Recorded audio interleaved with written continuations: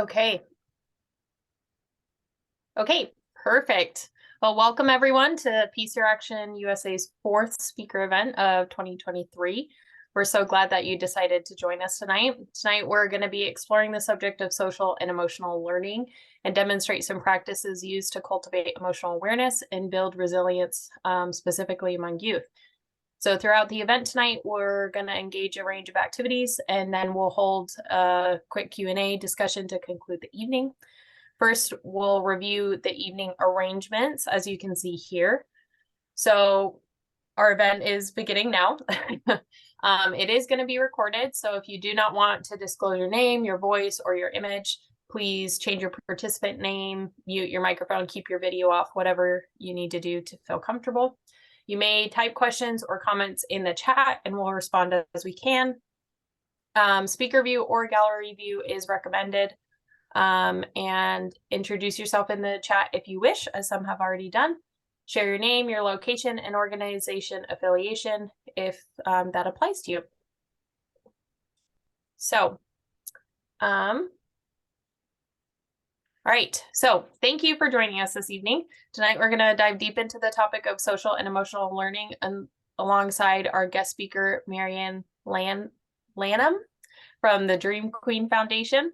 We'll as well as Hunter Thompson from the Sail Future Academy, and Chris Wolonsky, who is our programs director here at Peace Your Action USA.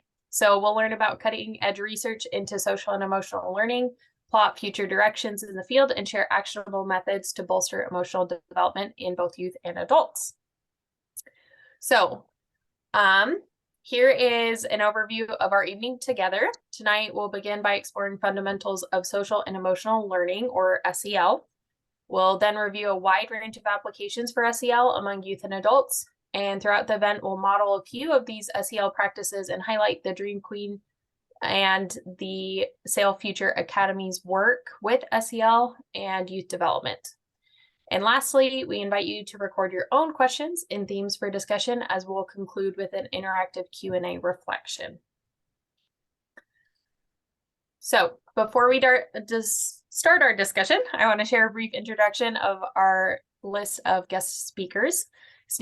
This evening, we welcome guest speakers with a broad range of experience in social and emotional learning, serving a wide array of youth and adult populations. So our presenters include, as you can see here, Chris Wolonsky, who is the Director of Programs and Partnerships for us here at Peace Your Action USA, and Marianne Lanham, one of our featured guest presenters and the Executive Director of the Dream Queen Foundation.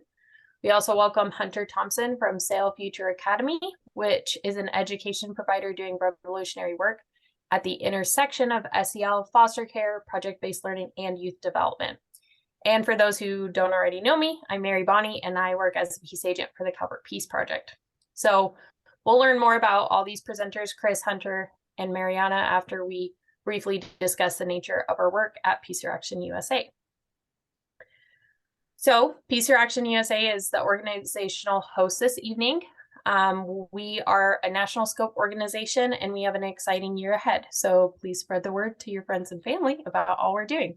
Our primary project aimed to increase implementation of practical, peaceful solutions is occurring where I'm located in Calvert County, Maryland, at the Calvert Peace Project.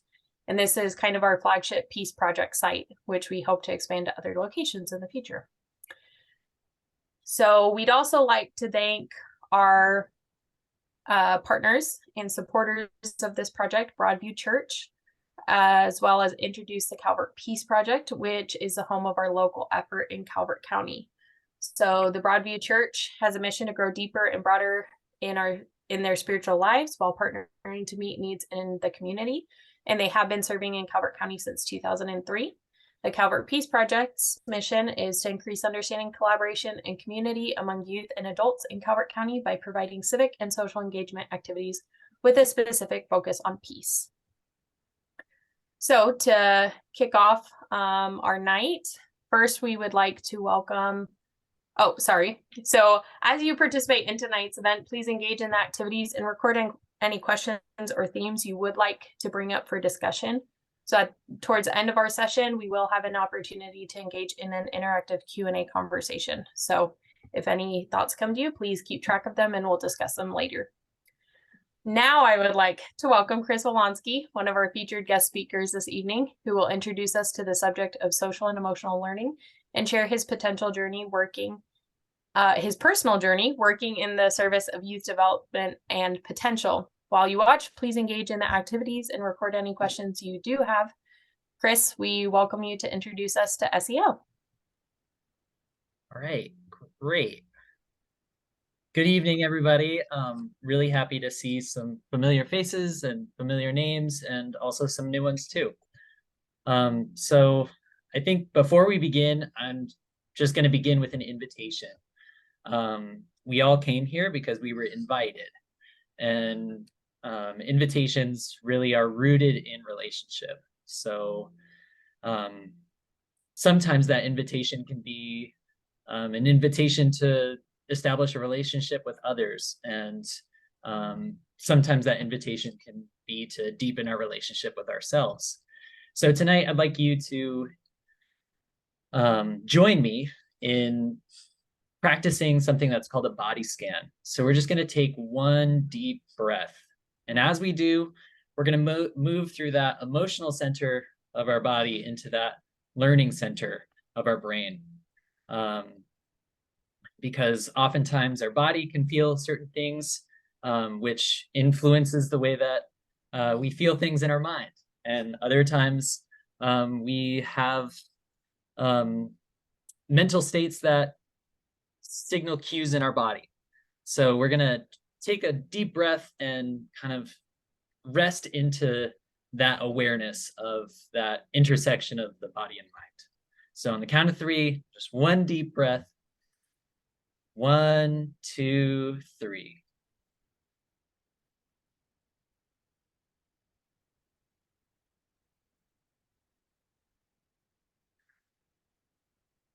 Great.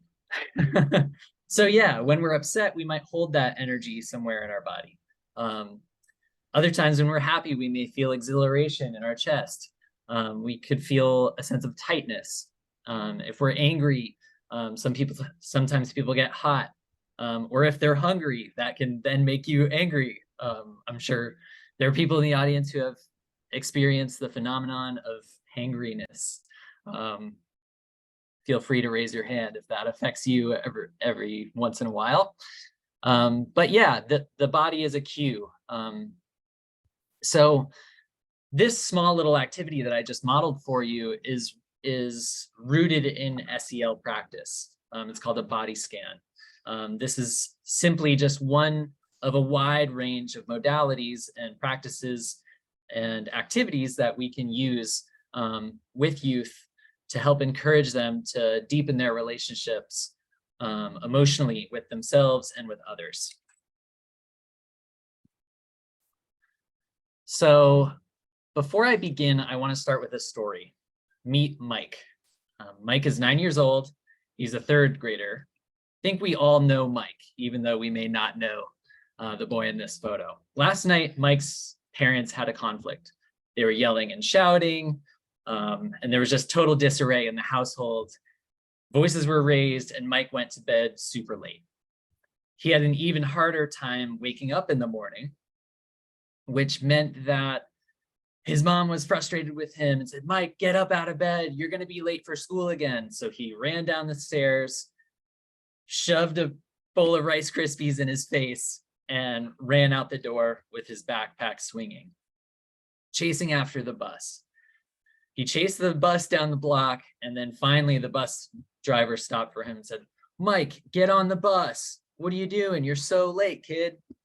So finally he got himself on the bus, sat for about 10 quiet minutes while being picked on by other kids.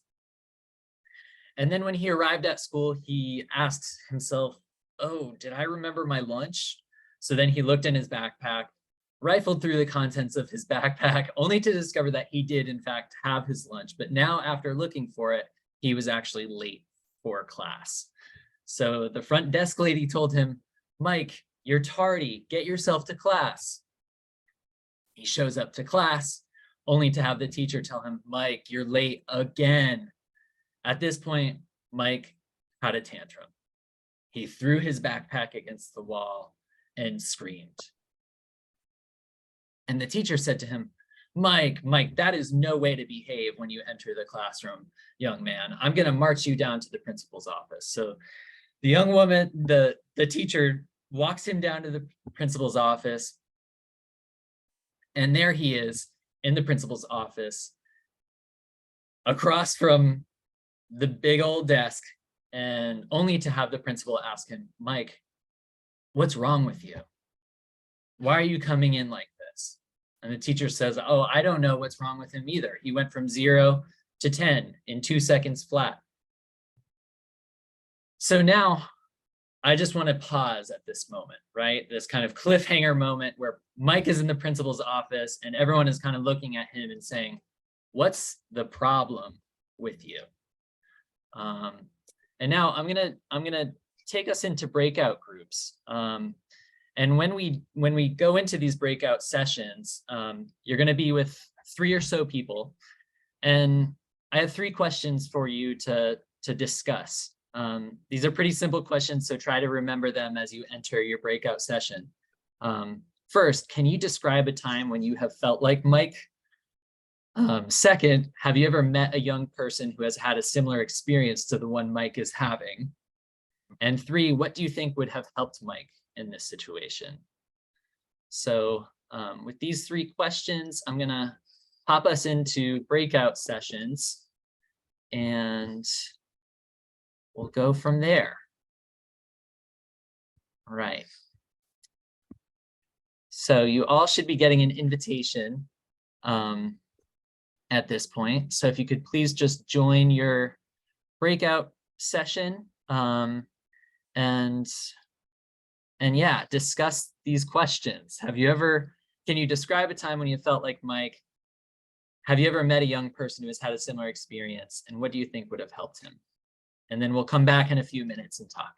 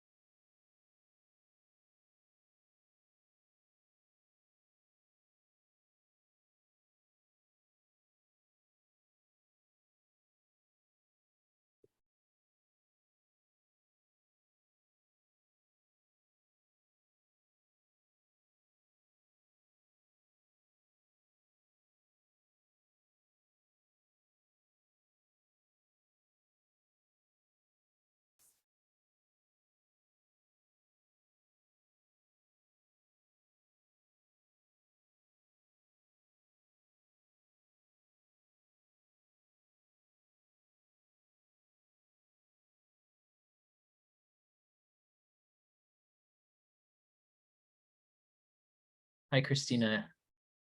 Are you there? Um, just Yes, want I'm here. Sorry. Hi. I'm just letting you know we're in breakout rooms right now. Okay. So right now, I'm just going to talk with you about it. Okay. So basically, I just gave the group a story to talk about a young boy named Mike who showed up to school because he was late to school. His parents were fighting all night. And every step of the way, he had an adult tell him, "Get it together, buddy," until he just ultimately had a tantrum. Gotcha. And so right now, kind of everybody's just discussing, have you ever been that person, who is late to class or something, for a reason out of your control? Have you ever met a young person who's having a similar experience, and what do you think would have helped? Right. So right now, I think I'm gonna close that breakout session, and we'll get back and kind of talk about it as a full group. So Okay. Awesome. just catching you up to speed, but I'm happy that Okay. you're with Thank us. you so much. Yeah, of course. Uh-huh. And thank you for joining. We're thrilled No to have you. problem. Yeah. Okay, so we're gonna welcome everyone back now.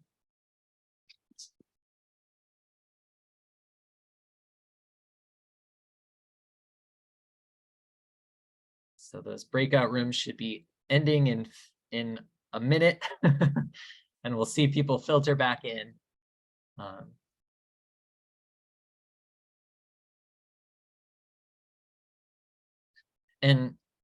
And yeah, Christina, just curious, do you have any connection to SEL? I think I may have read that you may work with youth or an organization in the area.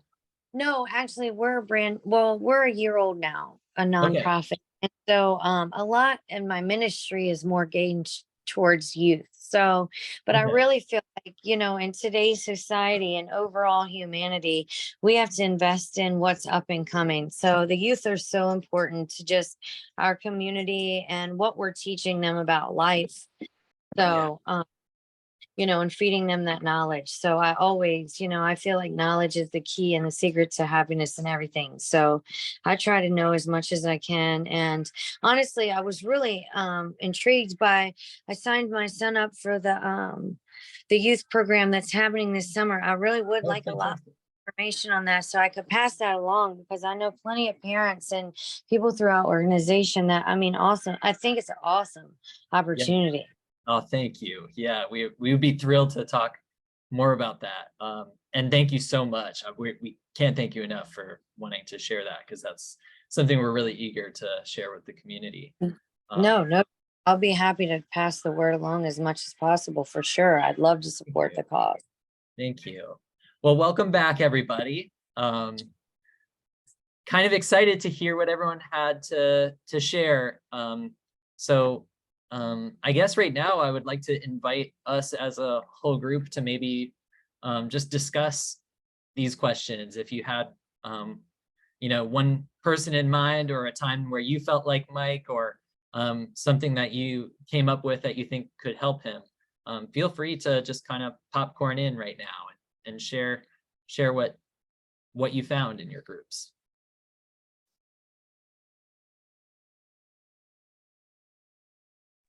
If you feel called. I think in our group we talked about how we've all felt like Mike before, right?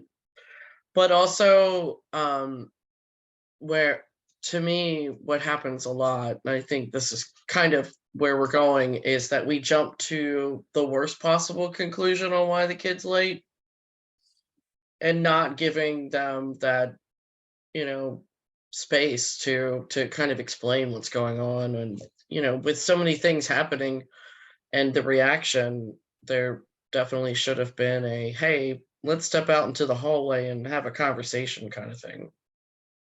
Yeah, definitely. Did anyone else have a similar conversation, or maybe a different direction? I mentioned. Oh, go ahead. Go ahead, Elizabeth. Oh, please go ahead. No, go ahead, Elizabeth. All right. I was just gonna say, the difficult with the cameras.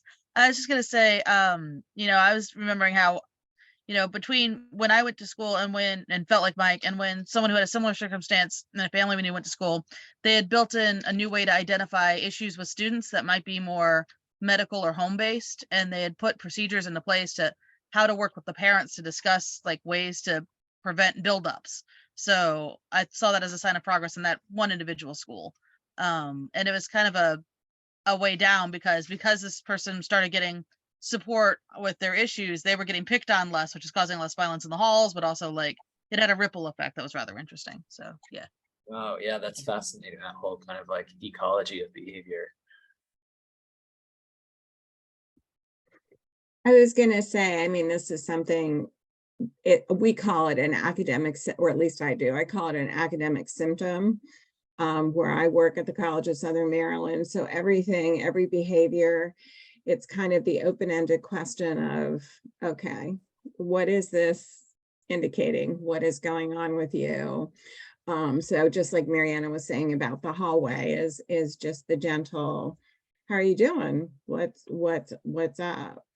And yes, we agreed, Kathleen and I, that, we felt like this. We've had people judge us, and that it's just nice when someone is neutral and allows you to say what is going on, if you can. I mean, with a 10-year-old, it's different than a college student because of their verbal skills, et cetera. But it's all kind of a symptom. I think when you work in education, it's what's going on with you. What does this mean? Why are you not here on time?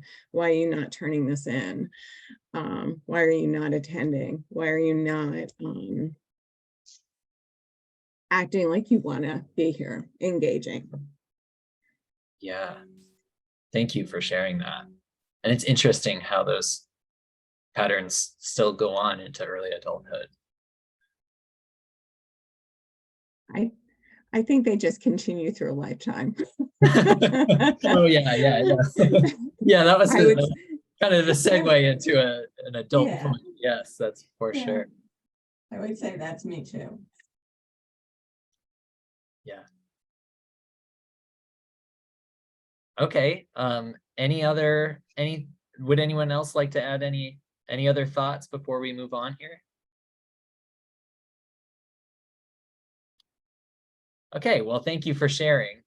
It was really great to hear your responses. I'm really inspired by everyone's kind of sensibility towards addressing things with youth, and also sharing those strategies that you've seen that work, because it's great to celebrate those things.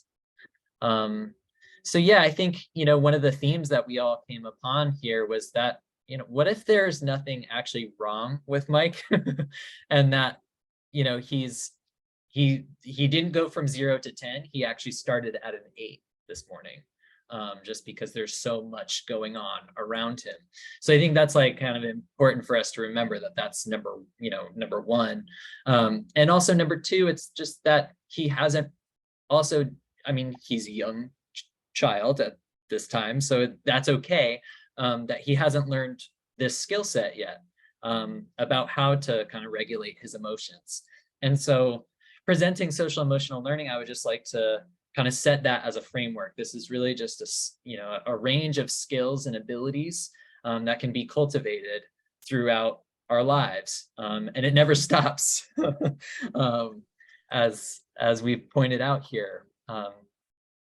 So yeah, this is just a really great way of kind of framing SEL, and we'll explore each of these dynamics a bit further, but just kind of want to present it really more as a toolbox for young people to use as they develop through their lives, and for adults as well.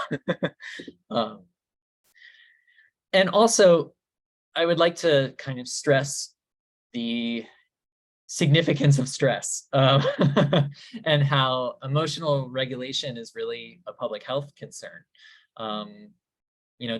Youth today are facing a lot of the same issues that they've always faced: physical or emotional abuse, chronic neglect, caregiver substance abuse, mental illness, exposure to violence, prolonged economic hardship, coupled now with this integration of technology into so many facets of our lives, that gives rise to emergent challenges. So, with that, this chronic stress and this kind of these ongoing layers of stress can also beget health problems that have measurable outcomes. And this, to also continue that point, carries out through adulthood as well. And one of my next questions for everyone was, can you think of a time where of any adults who still have some skills to learn? What skills seem to be the most needed in the communities of which you're a part? This may not be something you're really ready to talk about, but if it's something that you'd like to just share in chat, I invite you to do that. What skills seem to be the most needed? I would say one that I have witnessed is negotiating conflict in a kind of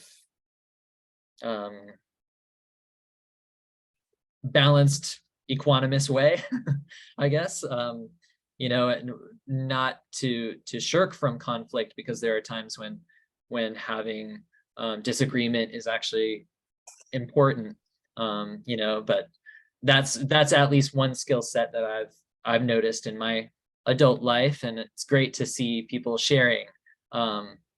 Yes, to answer Elizabeth's question, these slides will be available after the presentation.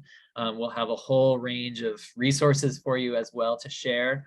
So gear up for that. You'll be getting a follow-up email probably within the next couple of days, probably tomorrow.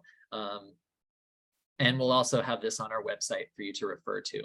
But yeah, also Kathy mentioned listening skills, which is definitely something that we're hoping to focus on. As a little plug for us as an organization, we are gonna have a dialogue session and a skills training session coming up soon about reflective listening and listening skills. So have that on your radar.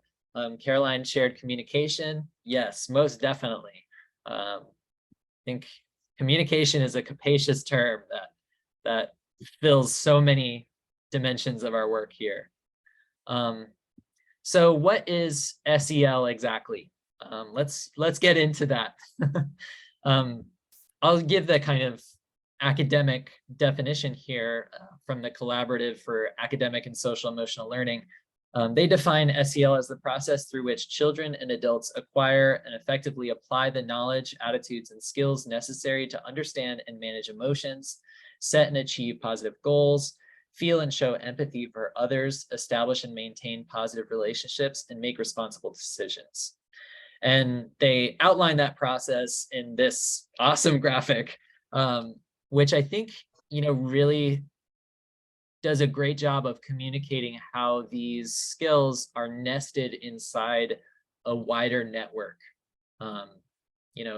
It's this image, I think, looks at the classroom as the primary kind of nucleus of a child's development in that way.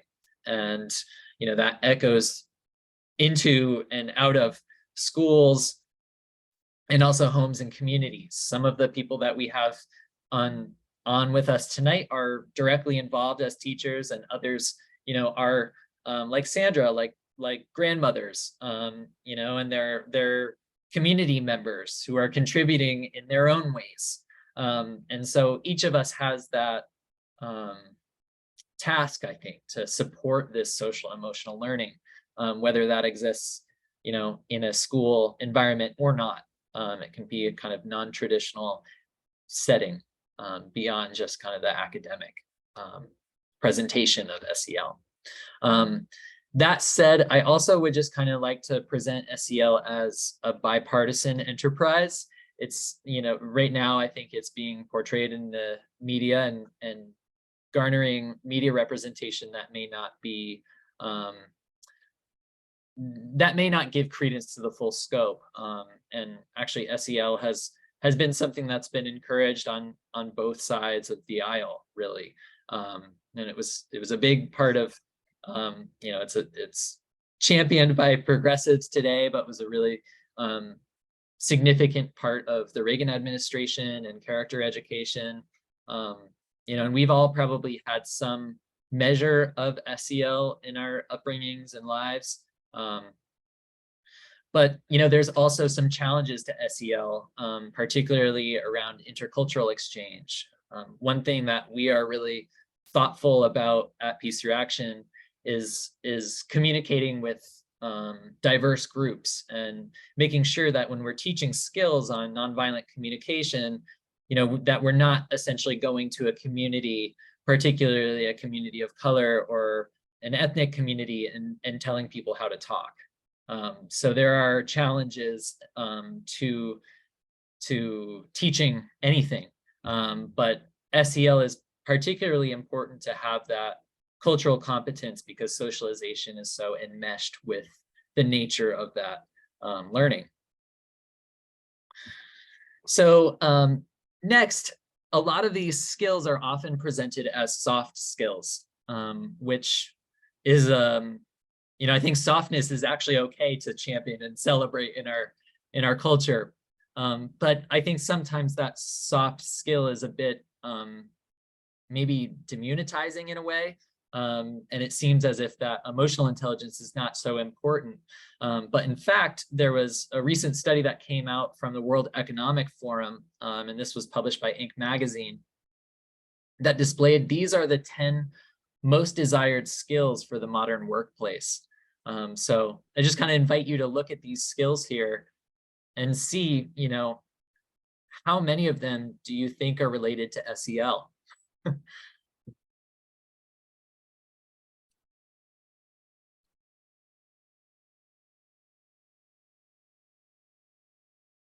So basically all of these skills are related to SEL. And so for a lot of people, as I was, asking that question, what do you think are the primary skills that adults could learn? I think as you were kind of racking that question through your brain, a lot of your mental associations brought up the workplace and your coworkers, and because that's oftentimes where we have scuffles and disagreements and things like that.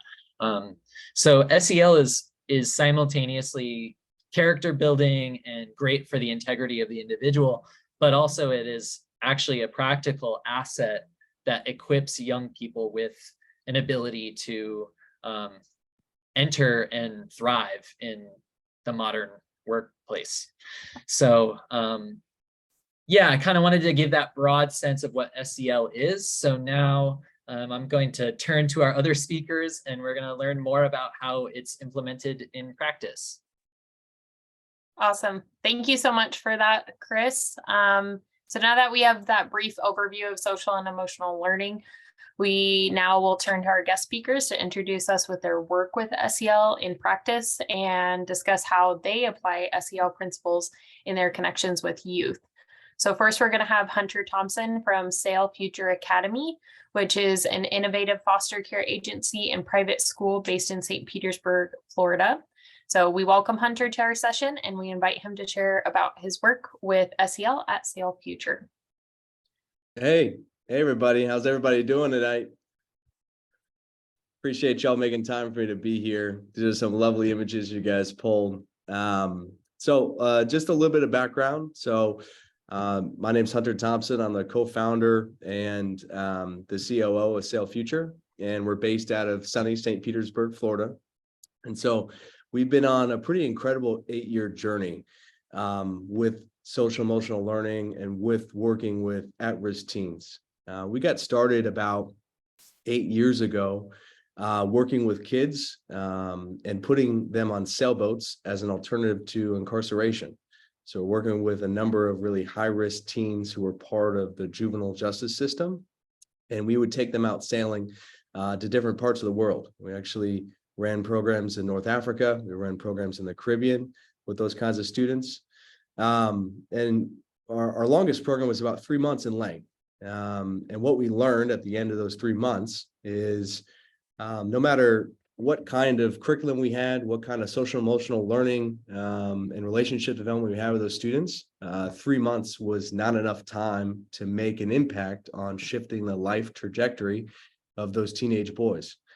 And so we ended up stopping our short-term programs and moving into work in the child welfare system so we could open up a home and have a community where we could raise teenagers until they aged out of the foster care system and educate those teens in what we thought was the most important skills for them to be successful and independent at 18. So about 6 years ago, we opened up our first residential home in St. Petersburg, Florida, and we welcomed 6 teenage boys into our house and quickly realized that we had no idea what we were doing and we had no experience being parents, but we came at it with a good heart and with the right intentions to say, hey, we have a house, we have these teens, and we want to make an impact on where these kids end up in life. And we had a 65-foot sailboat. So we took that boat and we traveled the Gulf Coast, we traveled Central America, we sailed up the Northeast coast of the United States up to Maine. And we used that as a tool to form relationships with those students and to educate those kids in a hands-on and experiential way that was a lot different than what they were getting from the public education system. And then when we would come home from those sailing expeditions, we homeschooled our kids. So we developed our own curriculum that we thought was really important. Things like financial skills, business and entrepreneurship skills, social emotional character development, so communication skills, writing and applied math skills, all these things that weren't really being provided by the public schools our kids were districted to, that we thought were going to be the most important things for our kids to be successful, because it was unlikely they would have the support system they needed after 18. And, that was 6 years ago. And so we've built that curriculum. We've built our sailing expedition part of what we do. And about 2-3 years ago now, we secured a 35,000 square foot school building so we could take everything that we've learned over the years and apply this school model at scale for more at-risk kids in our community. So now not only are we running 2 residential group homes for teenagers in the foster care system, but we serve another 60 families who are low income from our community here in St. Petersburg. And again, it's all about how are we helping teach the things that are missing from the public education system. And as an accredited private high school, we have a number of different things that we really prioritize, and social emotional learning being a huge focus of that. Our kids need to be effective employees, to be effective managers, to be effective business owners. They need those communication skills. They need to know about what their triggers are. They need to know about conflict resolution skills. And so we really put a focus on professionalism, on communication, and on social emotional learning in our curriculum here at our school, so we can help our students be able to navigate those tough conversations, when they get their first job or when they're starting their career, so they can be more successful and work their way into leadership and work their way into financial independence and freedom. So that's kind of the broad overview of who we are and what we do here in St. Petersburg. And so there's a couple things that I'd like to touch on, and I'm sure by no means we're certainly not the experts here in the room, but these are some of the things that we've tried and implemented in our school that have been particularly effective with the population we serve. And again, in our high school, we're really serving this 9th through 12th grade population. In our residential homes, we're serving 13 to 17-year-olds. So it's really the bleeding edge before independence, and oftentimes the hardest population to serve because they've been entrenched in either K through 12 education and been wronged by that system, or have built a lot of relationships and been hurt by those relationships in their life and are now trying to unpack a lot of that trauma. So there's a lot of things that we've had to learn the hard way about serving this really difficult to reach population. And so when we think about social emotional learning, the first thing, quite honestly, that comes to mind is a lot of it's BS. And a lot of it that we see in schools is complete BS. And we really try and be as authentic and honest in our curriculum and communication with our kids as possible, and try and find things that are relevant and real world as possible. We have struggled to find good resources, good books, good activities that we can run with our kids that don't feel elementary, that don't feel like they're geared towards, a fifth grader.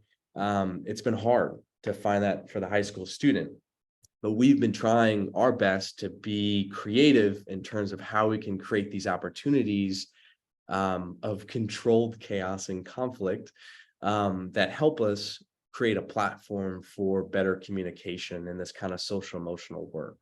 So obviously having ships and being able to put kids for 7 weeks on a school ship together creates a massive opportunity for conflict to arise, and for 7 roommates to have to get along and coexist, wake up in the middle of the night for a shift when they're sailing offshore. Kids who are seasick having to get up and have to helm a boat for 2 hours in the middle of the night. None of those things are fun.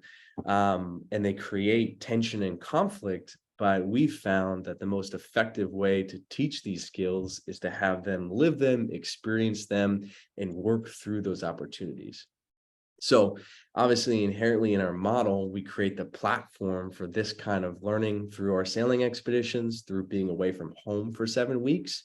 And then we pair that with a lot of intentional therapeutic work. So, we're doing team-based group exercises. We're doing debriefings every night as a group, so some simple exercises like rosebud thorn. What did you like about the day? What are you looking forward to? What was a pain point about the day? Simple things like that. Some more structured curriculum development where we're identifying group strengths and weaknesses and assigning roles to each other. There's a whole list that I can get into. And I pulled a couple different resources that I hope to share with the group. So maybe, some of it can be helpful for everybody. But again, to go back to some of the structure of what we do, yes, the sailing expeditions are a part of it. In our school model, we dedicate 1 hour every morning to a homeroom class that we call crew. So when a student first comes to our school, we sort them kind of like in Harry Potter and give them a crew or a house. And that becomes their unit that they travel with for the duration of that school year. And that creates kind of this ownership mentality between the different students and creates some depth and allows that space to grow over the course of the year. And we assign 1 faculty member to each crew. So that crew is a collection of about 10 to 12 students, and they have an appointed faculty member, and they meet every morning for 1 hour. So they check in. They start with a check-in, seeing how everybody's feeling for the day. That's where the teachers can start to identify certain students who may have had a situation similar to our example, Mike, from earlier, and see like, hey, are they on a trigger point this morning? And then notify the rest of our faculty team to just be like, hey, heads up, here's what I've learned about this student this morning. So just be on alert about this student in your class. So having some of that space helps. Outside of that, we use that hour for really specific team building based exercises and also like thoughtful journal reflections. So like, yes, there's a writing component, but we gear most of it towards introspective work that's personal, and then create a safe space for students to be able to share about that kind of work. Outside of that, we have some school-wide incentives that we've implemented that force those different crews to have to work together as a team to earn points. We call them crew points, just like points in Harry Potter. I've stolen a lot from J.K. Rowling, I'm sorry. But in this case, it's, we measure our students on a daily basis. We look at their attendance, we look at their professionalism, so their maturity, their time management, and their effort. And they're measured in each class on those 3 things, 3 skills that require no prerequisite knowledge, that just require putting forth effort, showing up on time, and being respectful. And those scores in each classroom give us a point system that we can then assign to each student at the end of the day.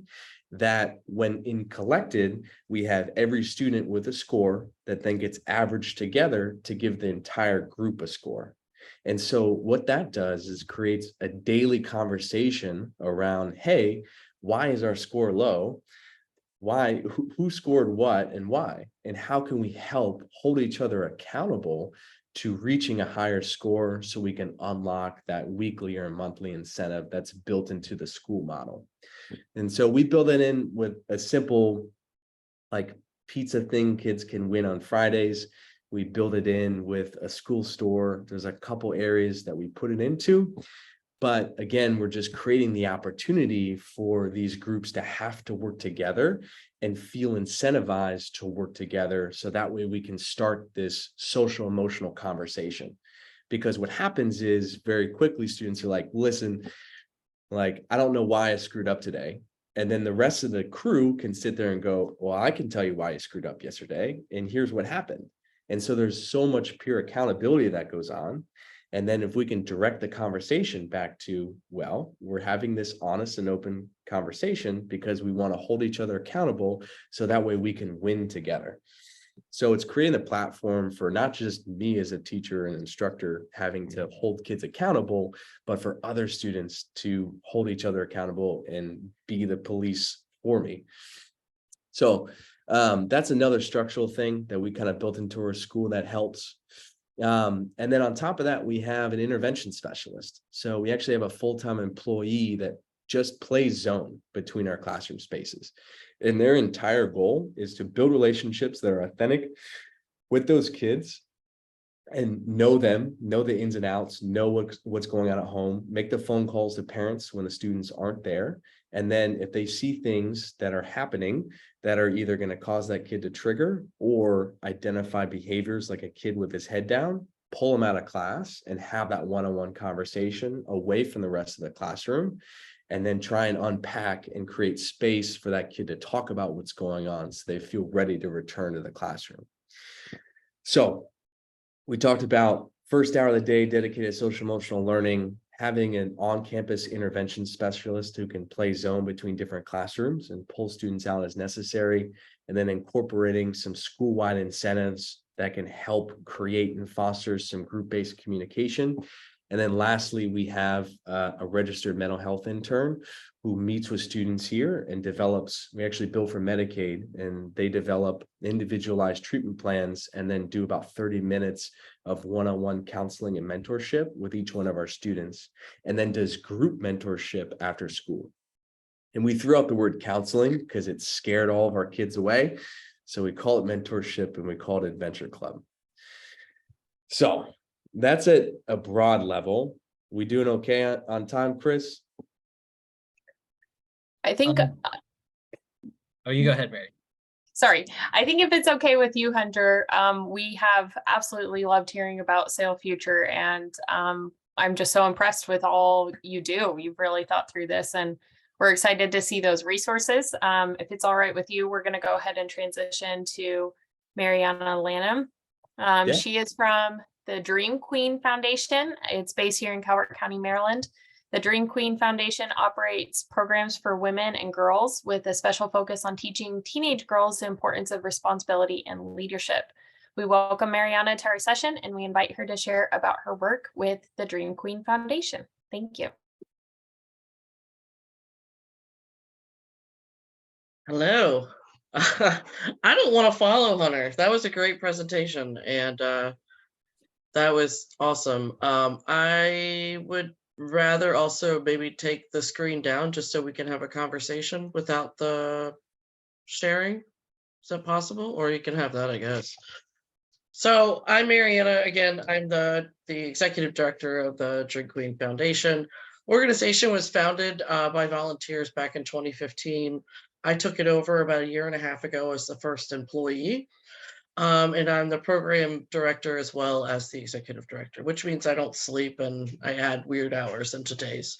What we do is we have a few different programs going on. The first one is the Gals Lead Teen Mentorship Program, which we are working right now to transition to take the gender out of it so that it can be more accessible to different groups of kids and really for adults.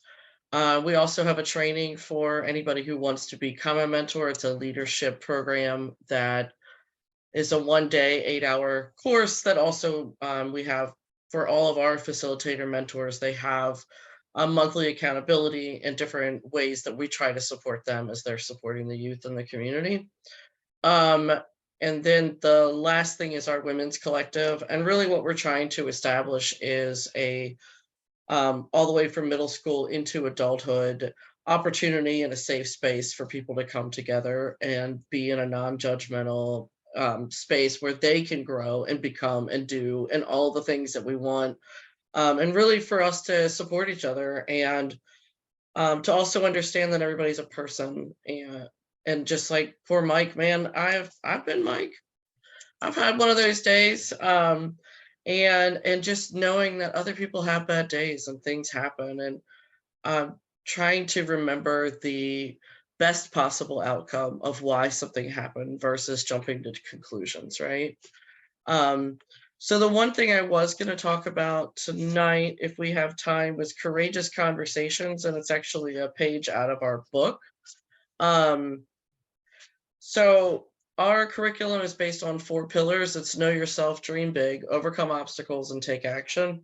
In know yourself, we talk a lot about them knowing what kind of leader they are. We go through the emotional guidance scale, and we talk about where they're at on that scale and when you need to take a break and not make decisions, not use words, because when you are at that, lower level of the scale, you're not going to say or do things that are going to be productive or helpful in any way. After we do know yourself, we also do strengths finders and personality tests and things like that, just so they understand that that they are unique and perfect and special and all of those things, and they don't have to be like everybody else. I feel like we all have that head trash, right? Like that, and you're telling yourself that I'm not good enough or I shouldn't be doing this. I do it every day with this job, so it's very helpful. But we're people, right? We're humans. That's just how our brains work. But teaching them that we all do that, right? And that it's okay. And it's okay to acknowledge your feelings, and it's okay to step away from a situation. And just trying to give that space, right? Like that Hunter was talking about and that Chris was talking about earlier. And a lot of times that is what they need. They need a second and some space. We've seen over this year, we have served about 150 girls throughout the Tri-County area. And last weekend, we had a weekend retreat with 30 girls, which was insane. And it was the first time since 2017 that we've done it. So it was the first time I even attempted it. But it turned out really well. And if you've ever worked with middle school kids, you have no idea if you're doing a good job or not, because they're all going to look tired and bored. But I got a lot of hugs when they left, so I think we were on the right track. And of course, we did actual, assessments.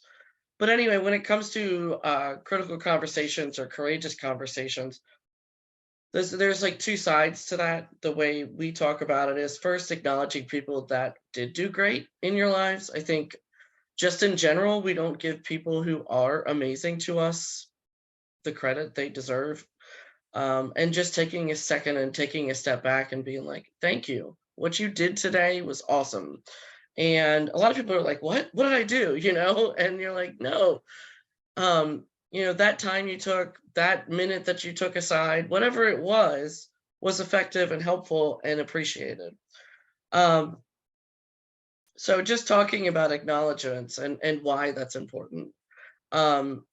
Another thing that we focus on a lot, and I think this is similar to what Hunter was talking about, but every class we do what we call Sister Circle. And we talk about what are you grateful for? What are you celebrating? And then we ask them for their desires, because we know that what you focus on is going to grow. So if you focus on gratitude and positivity, that's going to grow. If you focus on all the things that are going wrong, that's what's going to grow.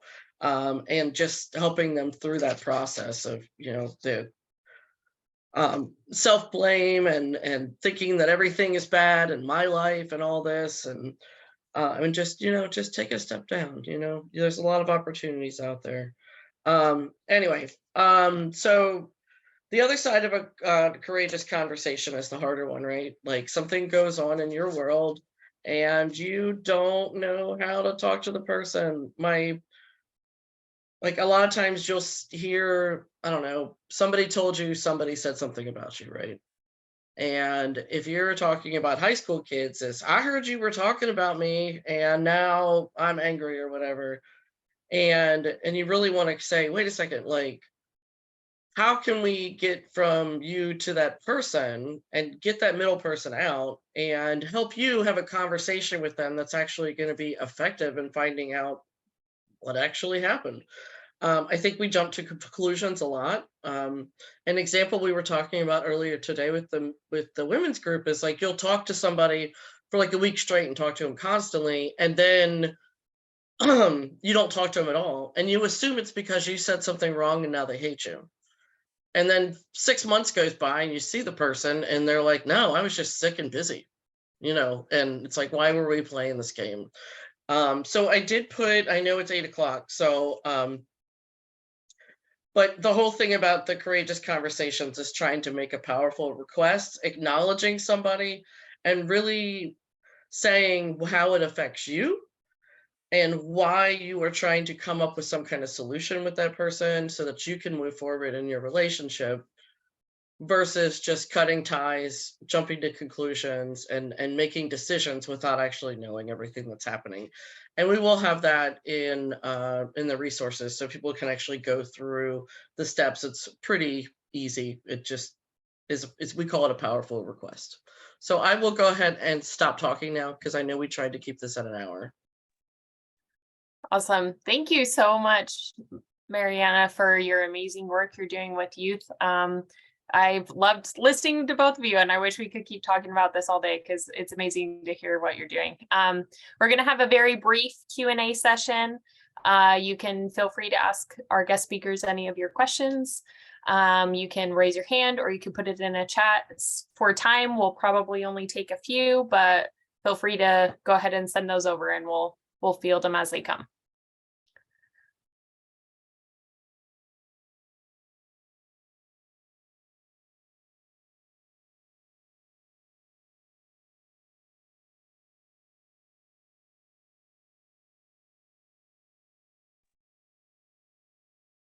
Okay, I'll just give. Okay, so Caroline asked, advise us on how to best translate this to adults in the workplace. Do either of our speakers have thoughts on that? Personally, I think the powerful request is a huge thing that you can use in the workplace. We are, as an organization, working on bringing our Gals Lead curriculum and the leadership training together into a leadership, like a training for adults in different situations, because the workplace can be like one of the hardest places to communicate, and because you're all kind of just pushed together. You didn't make a choice to be with those other people. You might have made the choice to take the job, right? And learning how to try to break down that conversation and being and not assuming, right?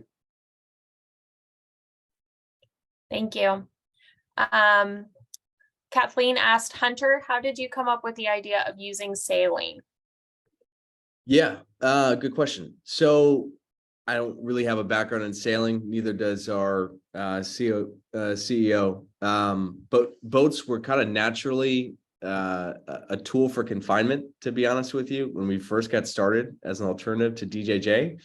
And sailing creates the platform, the opportunity for exploration, for travel, for separation. When you have a kid who's grown up in one place and dealt with a lot of trauma from one place, being able to uproot them from that, get them away from what's familiar, put them in an unfamiliar situation, and a situation that's so unfamiliar that they can't even begin to think about what it might be like is actually helpful. So then they don't realize how much of a challenge it necessarily is until they're confronted with it and they're out there and they're experiencing both the high highs of traveling and exposure and the low lows of what it means to be on a ship with a bunch of other people. Thank you. That's just really fascinating to me. I mean, it really just takes them completely out of whatever their environment was before and like starting all over.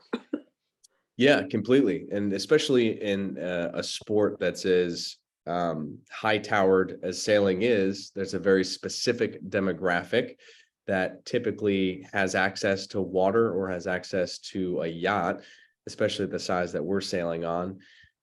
So to be able to break down some of those boundaries and borders and say like, hey, like you're certainly deserving of this type of opportunity and can take advantage of it.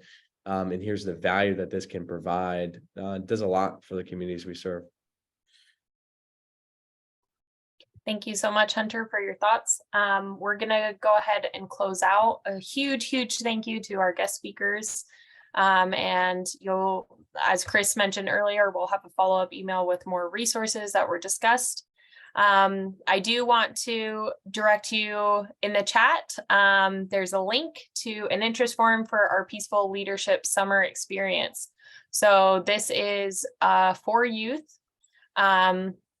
It's a program that develops high school age youth into community peace builders and leaders by providing them a sequence of learning and action activities on social and emotional development, peaceful practices, and civic engagement.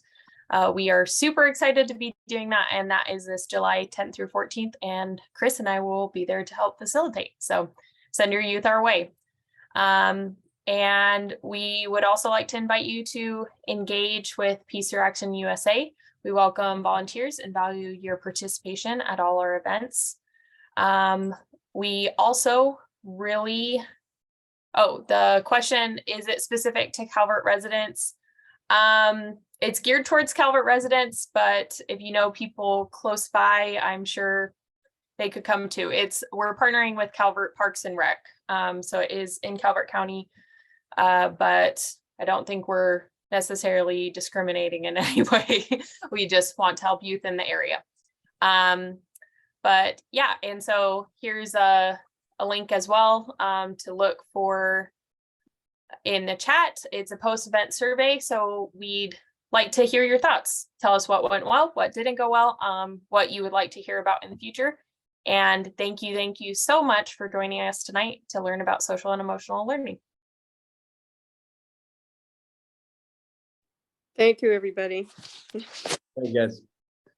Thank you so much. Thank you. Bye. Thanks for having me. Yes. Thank you. Thank you so much. Thanks, Chris, Mary, Hunter. Oh, thank you, Kathy. See you later. All right. Bye-bye. Bye, Sandra.